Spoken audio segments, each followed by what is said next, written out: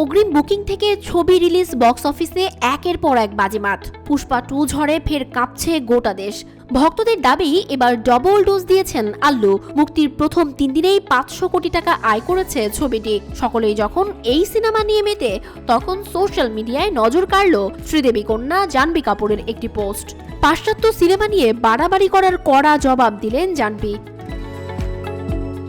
পুষ্পা 2 এর সাফল্য এবং উন্মাদনা এতটাই যে বাকি সব সিনেমা এই মুহূর্তে ফিকে বলা চলে। এরই মধ্যে 2014 সালের ক্রিস্টোফার নোলানের ইন্টারস্টেলার পুনরায় মুক্তি পেলেও এই মুহূর্তে ভারতে কিছুদিনের জন্য স্থগিত রাখা হয়েছে। কারণ আল্লু অর্জুন এবং রাশমিকার সিনেমা পুষ্পা 2 এর নির্মাতারা সপ্তাহান্তে সমস্ত আইম্যাক্স স্ক্রিন বুক করে রেখেছেন। সেই কারণে ইন্টারস্টেলার এর ভক্তরা হতাশ।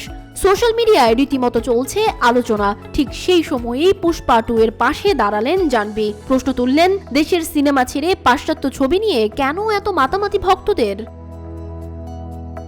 ইনস্টাগ্রাম পোস্টে আক্ষেপ জানিয়ে জাহ্নবী লিখেছেন, পুষ্পা 2ও তো সিনেমা, কেন আমরা পশ্চিমের মূর্তি পূজায় এত আচ্ছন্ন থাকব?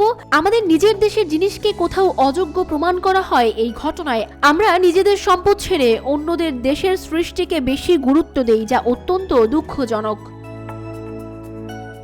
জাহ্নবীর মন্তব্যে কেউ কেউ যেমন তার সঙ্গে সহমত পোষণ করেছেন, তেমনি অনেকের আবার ভিন্ন মত। পুষ্পা 2 ইতিমধ্যেই বক্স অফিসের সমস্ত রেকর্ড ভেঙে দিয়েছে। ভারতীয় চলচ্চিত্রের জন্য সবচেয়ে বড় ওপেনিং বলা হচ্ছে পুষ্পা 2 কে।